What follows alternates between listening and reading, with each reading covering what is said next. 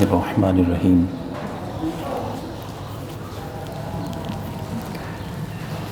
الحمد للہ رب العالمین،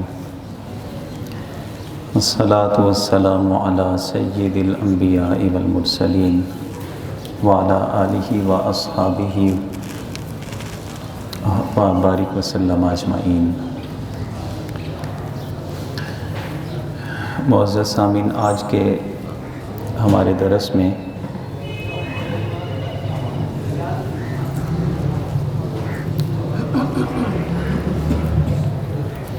اس موضوع پر ہم دینی تعلیمات سمجھیں گے کہ ایک مسلمان ہونے کی حیثیت سے ہمیں کوشش کرنی چاہیے کہ خاص طور پہ جو اپنے گھر کا ماحول ہے، اور یہ خیال جو ذمہ دار ہوتے ہیں، جن کی زیر نگرانی، جن کی سربراہی میں زیر کفالت ایک گھر کا پورا نظام چل رہا ہوتا ہے، خاص طور پہ یہ ان لوگوں کو یہ باتیں سمجھنی چاہیے کہ اپنے گھر کے ماحول کو اسلامی ماحول وہ کیسے بنا سکتے ہیں۔ یہ موضوع کا انتخاب اس لیے میں نے کیا ہے کہ مادہ پرستی کا ہمارا یہ آج کا معاشرہ، یہ دور چل رہا ہے۔ چیلنجز اتنے زیادہ ہیں ایک گھر کے سربراہ کے سامنے، اخراجات کی ایک لمبی لسٹ ہوتی ہے۔ اس گھر کے سربراہ کو تو اوور ٹائم لگا کے اور اپنی محنت سے، اپنی ہمت سے زیادہ کوشش کر کے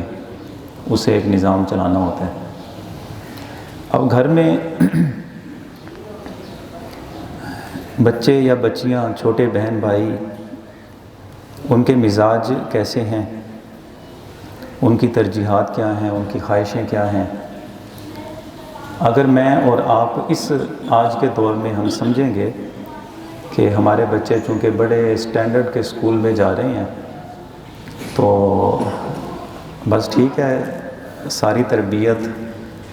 یا جو بھی اصلاح کا یا اسلامی ایک ماحول، ایک ذہن جو ہونا چاہیے، تو شاید وہ ذمہ داریاں وہ اسکول پورا کر رہا ہوگا۔ تو یہ اپنے ذہنوں میں یہ بات شامل کر لیں کہ ایسا نہیں ہے، کسی کے پاس اتنا وقت نہیں ہے۔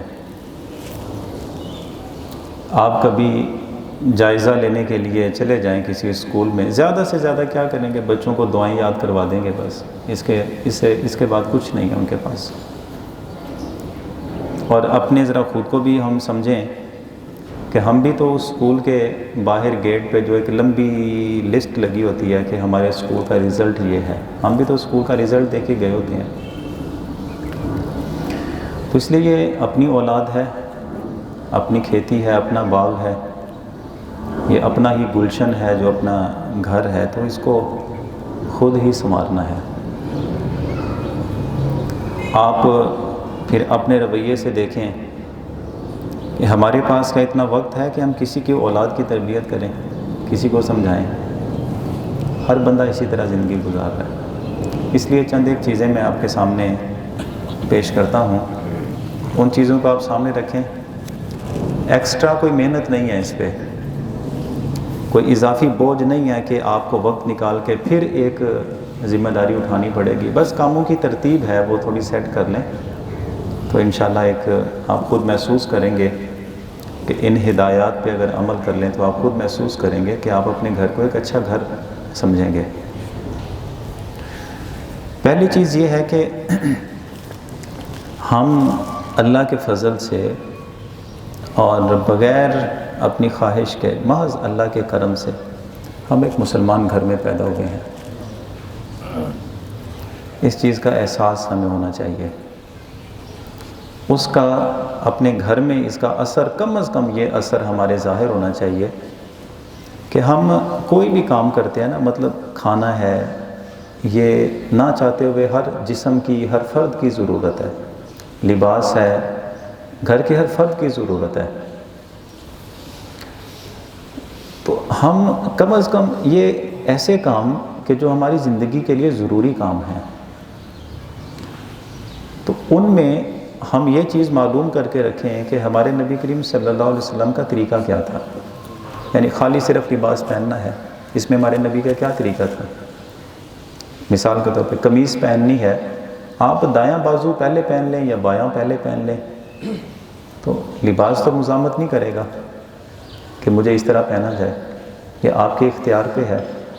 تو اگر حدیث شریف وہ ہمارے سامنے ہو کہ حضور صلی اللہ تعالیٰ علیہ وسلم دائیں طرف کو ترجیح دیا کرتے تھے، ہر کام میں دائیں طرف پہلے استعمال ہوتی تھی، کھانا ہے دائیں ہاتھ سے، کسی کو کچھ دینا ہے دائیں ہاتھ سے، لینا ہے دائیں ہاتھ سے، کوئی چیز تقسیم کرنی ہے تو اپنی دائیں طرف سے کریں گے، دائیں طرف حضور کو پسند تھی۔ اچھا، مطلب یہ چھوٹی چھوٹی سی باتیں۔ اور کھانا کھانے سے پہلے دعا کون سی پڑھتے ہیں، بعد میں دعا کون سی پڑھتے ہیں؟ اگر شروع میں بھول گئے تو اب درمیان میں یاد آ گیا، اب کیا پڑھ سکتے ہیں؟ اس سے کیا ہے کہ بندے کی جو توجہ ہے نا وہ رہتی ہے اس طرف کہ میں نے اپنے نبی کریم صلی اللہ علیہ وسلم کی زندگی کو فالو کرنا ہے۔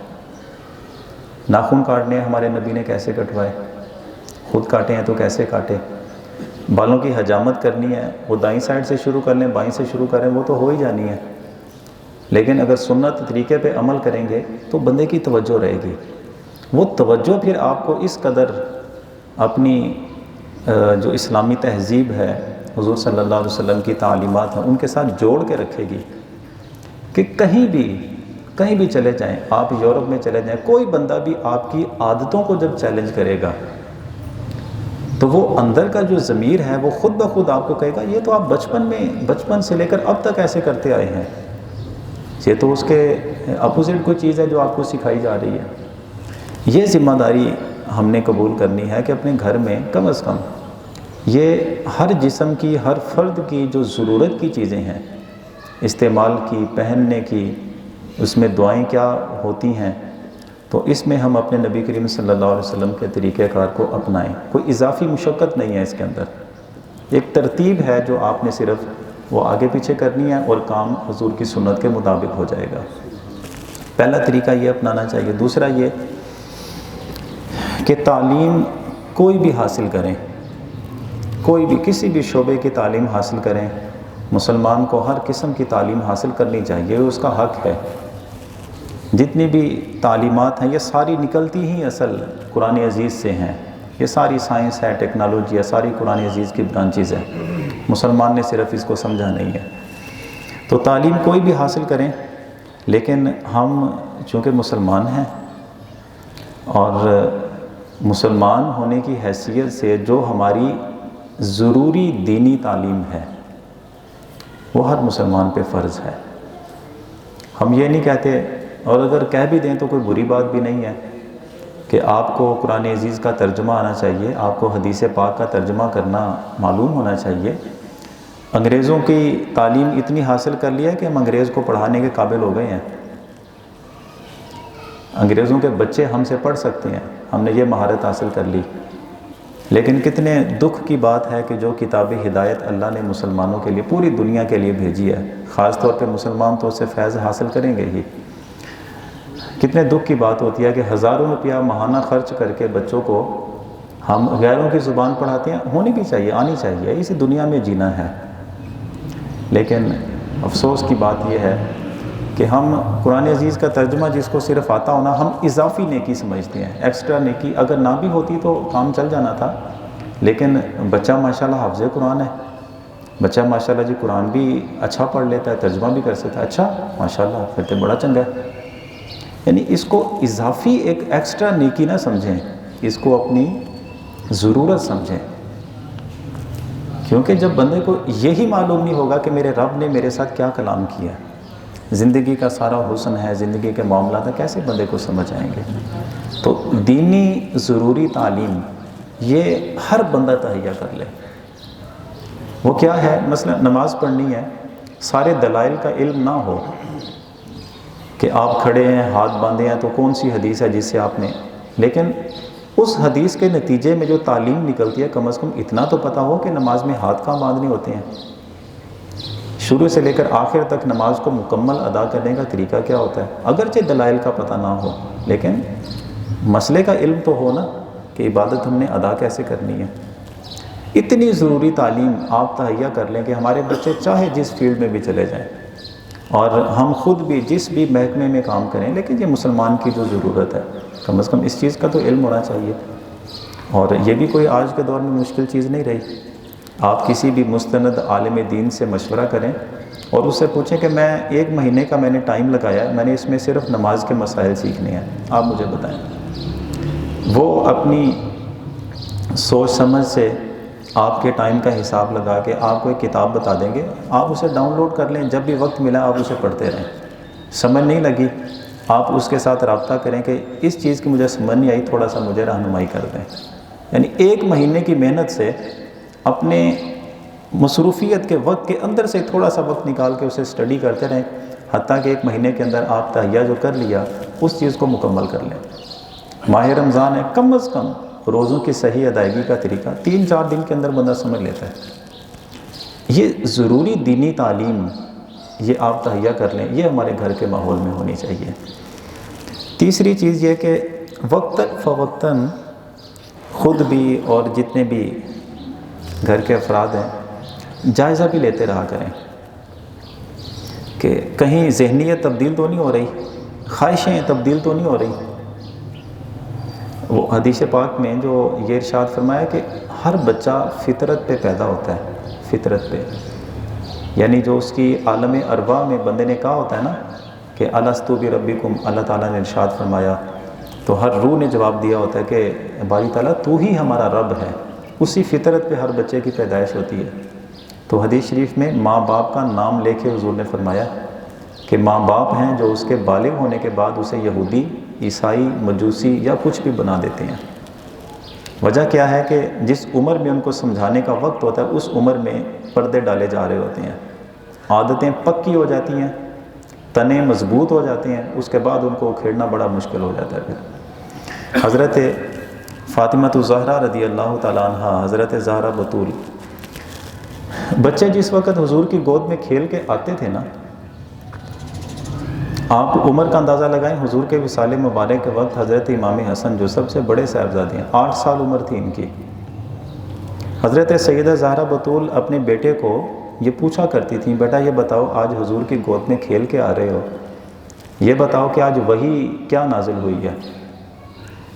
وہ 8 سال کی عمر کا بچہ قرآن پڑھ کے اپنی ماں کو سناتا تھا، حضرت امام حسن رضی اللہ تعالیٰ عنہ، اور وہ ان سے پوچھا کرتی تھی بیٹا بتاؤ آج حضور نے کیا باتیں کی ہیں، تو وہ آ کے بتایا کرتے تھے حضور نے کیا باتیں کی ہیں۔ یعنی اس سے ہمیں اندازہ ہوتا ہے کہ یہ ذمہ داری اگر ہم قبول کریں اور اپنے بچوں کی یا چھوٹے جو ماتحت ہیں ہم نے زیر کفالت ہیں ان سے پوچھیں کہ یہ بیٹا یہ جو بات ہے تم جانتے ہو کیا ہے یہ، وہ خود اپنے ذہن پہ زور ڈالے اور آپ کو بتائے کہ ابا اماں یہ بات ایسی ہے، اگرچہ آپ کو بھی معلوم ہے، اس کی حوصلہ افزائی کریں، اس کو شاباش دیں، اس کو یوں لگے کہ یہ بات جو میرے باپ کے علم میں آئی ہے یہ بھی میں نے بتائی ہے۔ اس حوصلے کے ساتھ جب ان کی جھجک دور ہوگی اور حوصلہ ان کے اندر پیدا ہوگا تو یہی ایک ان کی تربیت کا سارا ماحول اس سے بنتا جائے گا۔ اچھا، اس میں ایک کام یہ بھی اپنے گھروں میں شامل کریں کہ اس چیز کی بہت کمی ہے، آپ بھی محسوس کریں گے کہ گھر میں کم از کم 3 وقت کھانا کھایا جاتا ہے، تو ایک وقت ایسا رکھ لیں کہ وہ کھانا سب مل کے بیٹھ کے کھائیں گے، اس میں کوئی بھی فرد آگے پیچھے نہ ہو۔ یہ عجیب سا طریقہ آج کے دور میں ہمارے گھروں میں بھی بن گیا۔ باپ کے کھانے کا اپنا ٹائم ہے، بچوں کے کھانے کا اپنا ٹائم ہے، ماں کے کھانے کا اپنا ٹائم ہے، 4 بچے ہیں تو چاروں کے چاروں بچے کا اپنا اپنا وقت ہے۔ نتائج اس کے ہم نے دیکھے ہوئے ہیں کہ جب اپنے گھر میں افراد ایک دوسرے سے دور ہو جاتے ہیں نا، ساری زندگی ان کو کوئی نصیحت ان کو پھر نزدیک نہیں لا سکتی، ایک دوسرے سے الگ ہونے کی عادت پڑ جاتی ہے بندے کو۔ وہ سمجھتا ہے کہ اس کے بغیر میں کھا سکتا ہوں، اس کے بغیر میں سوچ سکتا ہوں، اس کے بغیر میں زندگی کا کوئی فیصلہ کر سکتا ہوں، یہ عادتیں جب بڑے ہو جاتے ہیں، مثالیں نہیں ملتی آپ کو، لوگ کہتے ہیں خون بڑے سفید ہو گئے، کوئی احساس نہیں رہا ان میں سے۔ بنیاد کہاں سے پڑتی ہے، اس بنیاد کو دیکھیں۔ تو کم از کم ایک وقت کا کھانا اکٹھے رکھیں، بیٹھ کے باتیں کریں آپ اس میں کیا ہے کہ باپ کے لیے کم از کم یہ سمجھنا تو آسان ہو جائے گا کہ میرے بچوں کی خواہشیں کیا ہیں، میرے بچے بولی کیسی بولتے ہیں، وہ چاہتے کیا ہیں، کیسا پہننا پسند کرتے ہیں، یہ ساری چیزیں جب آپ کے سامنے آئیں گی، اس کے بعد باپ ہے کچھ فیصلہ بھی کر سکتا ہے کہ اچھا کیا ہو رہا ہے، برا کیا ہو رہا ہے۔ ایک چیز پھر یہ آخری میں چیز عرض کرتا ہوں کہ تعلیم آپ میں نے شروع میں عرض کیا جو بھی دلوائیں، لیکن ضروری دینی تعلیم اور ساتھ میں انسانیت کا احترام، انسانیت کی خدمت، یعنی اپنی ذات سے نکال کے انہیں معاشرے کا فرد کیسے بننا ہے، معاشرے کی ضروریات کیا ہیں، یہ احساس ان کے اندر ڈالیں۔ اسی کی مثال بھی میں حضرت امام حسن پاک کی زندگی سے پیش کرتا ہوں، چونکہ آج یوم ولادت ہے تو مکمل تذکرہ ان کا نہیں کر سکے، لیکن میری کوشش رہی کہ میں ایک دو باتیں ہیں ان کی سیرت سے عرض کر دوں۔ حضور صلی اللہ علیہ وسلم کا خدمت لوگوں کی اس میں انداز کیا تھا سبھی جانتے ہیں۔ سیدہ زہرا بطول نے، میں نے پچھلے دنوں بھی عرض کیا، اپنے بیٹے کا سلا ہوا جوڑا آپ نے کسی کو دے دیا، پھر ایک مانگنے کے لیے آتا ہے تو اپنی چادر مبارک، جہیز کی چادر ان کو دے دیتی ہیں، دوسروں کی ضرورت پوری کرتی ہیں۔ اچھا بیٹے کیا سیکھتے ہیں اس سے؟ بیٹے یہ سیکھتے ہیں کہ حضرت امام حسن رضی اللہ تعالیٰ عنہ ایک مرتبہ طواف کر رہے تھے، بیت اللہ شریف کا طواف کر رہے تھے، کسی آدمی نے، ضرورت مند تھا، اس نے باہر کھڑو کے آواز لگا دی، تو حضرت امام حسن نے طواف چھوڑا اور اس آدمی کے پاس چلے گئے۔ اس نے کہا جی مجھے ایک کام ہے، آپ اس کے ساتھ چلے گئے، طواف ہی چھوڑ دیا آپ نے، واپس آئے، لوگوں نے پوچھا حضرت اللہ کی عبادت کر رہے تھے، طواف کر رہے تھے، چھوڑ کے آپ اس آدمی کے پاس چلے گئے؟ فرمایا کہ میں نے اپنے نانا جان حضور سید عالم صلی اللہ علیہ وسلم سے سنا ہے کہ جو آدمی کسی کی ضرورت پوری کرنے کے لیے چل پڑے اور اس کی ضرورت پوری کر کے آ جائے، اللہ اسے ایک حج اور ایک عمرے کا ثواب عطا فرماتا ہے۔ اور ساتھ یہ بھی فرمایا کہ یہ بندہ چلا گیا ضرورت پوری کرنے، لیکن اس کی ضرورت ایسی تھی کہ یہ بندہ پوری نہیں کر سکا، اس کے بس میں نہیں تھا، مطلب سفارش کرنی ہے تو اس کی سفارش مانی نہیں گئی، لیکن کوشش تو کی، مالی ضرورت ہے، پوری ضرورت پوری نہیں کر سکا، لیکن جو اپنی حیثیت تھی اس کے مطابق کر دی، لیکن اس کے باوجود ضرورت پوری نہیں ہوئی، تو اب اس بندے کی کوشش ضائع نہیں ہوئی۔ حضور نے فرمایا کہ کوشش کر کے آ جائے، ضرورت پوری نہ ہو سکی، پھر بھی اللہ اس کو عمرے کا ثواب عطا فرمائے گا۔ اچھا، تو حضرت امام حسن پاک فرماتے ہیں کہ میں نے یہی خواہش کی کہ یہ طواف تو میں پھر بھی کر سکتا ہوں، لیکن وہ ضرورت کسی اور نے پوری کر دی تو ثواب بھی وہ بندہ لے جائے گا، میں چاہتا ہوں کہ میں جا کے اس کی ضرورت پوری کروں۔ اسی طرح ایک مرتبہ آپ اعتکاف کی حالت میں بیٹھے ہوئے تھے، اعتکاف میں، تو کسی بندے نے آواز دی، ضرورت مند تھا، آپ اعتکاف توڑ کے چلے گئے، تو اس پر لوگوں نے کہا کہ حضرت اعتکاف توڑ دیا؟ آپ نے فرمایا کہ اس بندے کی ضرورت پوری کرنا ایک مہینے بھر کے اعتکاف سے افضل کام ہے، کیونکہ اعتکاف آپ کی ذاتی عبادت ہے، یہ تو آپ کبھی بھی کر سکتے ہیں، اگلا ماہ رمضان اللہ نصیب کرے تب کر لیں گے، لیکن وہ جو کسی نے پکارا ہے تو وہ مدد اسی وقت ہو سکتی ہے۔ یعنی یہ جو خدمت خلق کا، احترام انسانیت کا جذبہ ہے، یہ اپنے گھروں کے ماحول میں یہ لے کے آنا چاہیے۔ خود غرضی کی زندگی، صرف اپنے لیے سوچنا، صرف اپنی ذات کو ترجیح دینا، یہ کوئی زندگی، یہ تو پھر بندہ ٹھیک ہے، حیوان بہتر اس طرح کرتے ہیں، پھر انسان میں اور دیگر مخلوق میں کیا فرق رہتا ہے؟ پھر معاشرہ ہے تو معاشرے کا فرد بن کے کیسے جینا ہے، یہ سارے ہنر ہیں، گر ہیں، تربیت کی باتیں ہیں، یہ بھی ساری ساتھ ہونی چاہیے۔ تو جو تعلیمات اور جو باتیں اپنی اصلاح کی، تربیت کی ہم سیکھتے سمجھتے رہتے ہیں، دعا کرنی چاہیے اللہ تعالی ہمیں عمل پیرا ہونے کی توفیق عطا فرمائے۔